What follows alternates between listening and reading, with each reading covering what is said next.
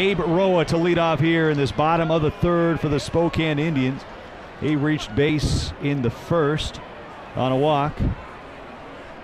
That one fouled right back towards the press box. It is quickly 0-1, the Bob Robertson press box. Thank you very much. Hey, quick update on that standoff going on between the Spokane Indians pitchers and Salem-Keizer pitchers. We do understand that this has been going on since the national anthem. This one flown out to right field. Preston Beck right towards Ryan Harvey, the pitcher.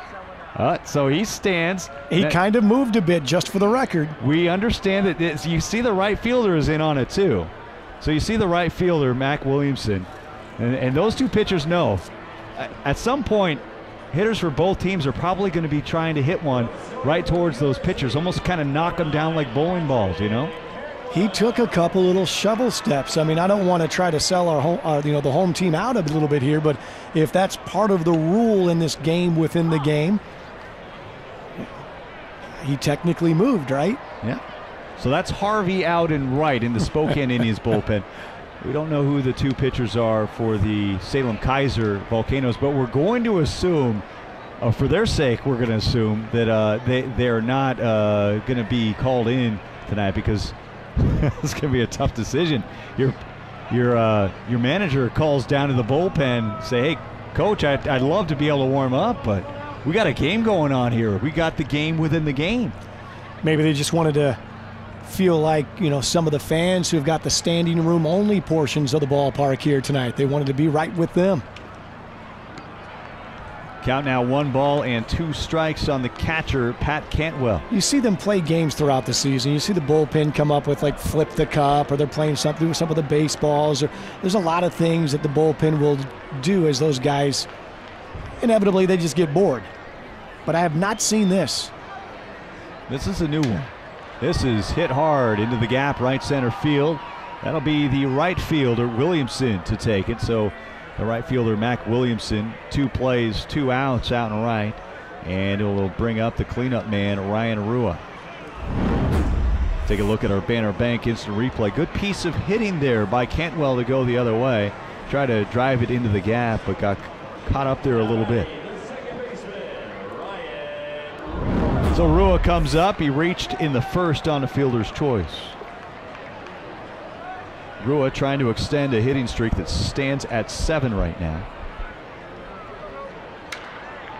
Well, let's make it 8. This one into the gap. This one's going to go towards the wall, off the wall, rounding first. Heading second, Ryan Rua with a stand-up double here with 2 away. All 3 innings, the Indians have had a runner at least at second base, and this was the same exact pitch that Cantwell flew out on, and the previous batter just down and away on a fastball. Rua takes this down and away pitch and is able to slice it right into the gap, and he was thinking 2 right out of the box. Indians now needing that hit that they've avoided so far here tonight. A big hit with a runner in scoring position and grab an early lead. Night and day what we have seen from this middle infielder, Rua, compared to last year. 7 games, a 192 hitter. That's a piece of hitting that you don't see typically in the short season A-League. Great job of opposite field hitting to drive it into the gap. Here is Joey Gallo, a recent addition to the ball club. He is 0 for 1. Gallo has 3 home runs in 8 games. All 3 of those home runs have come here at Avista Stadium. 2 away, Rua on second. Scoreless game, the Indians trying to get on the board here in this bottom of the third.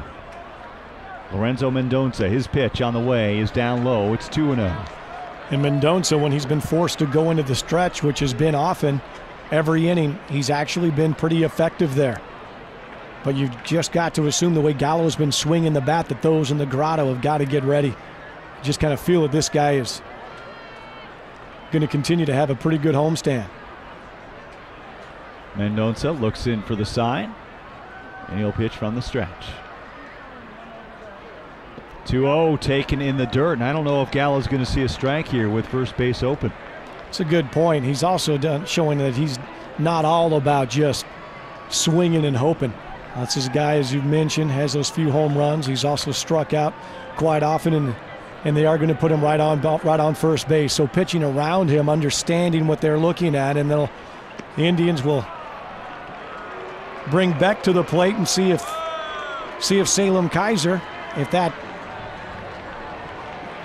little game of baseball, which so many managers love to use, that little strategy, see if it'll pay off for the Volcanoes or if the Indians' Beck can make them pay. You know, and I would disagree with that call more often than not, but when you're dealing with Gallo, every pitch he hits is a threat to not only go for extra bases, but to leave the yard. So you might as well just take your medicine, put him on base, see what Beck can do. Preston Beck will put one into left center field. That one will drop in for a base hit coming in. The score is Rua. Sliding in at third is Gallo. And in at first with an RBI single here in the third is Preston Beck. It's 1-0 Spokane. Great job by Beck. Taking a first pitch, just hoping to do something with it. Able to loop it out to left field. Easily scoring on the play was Rua.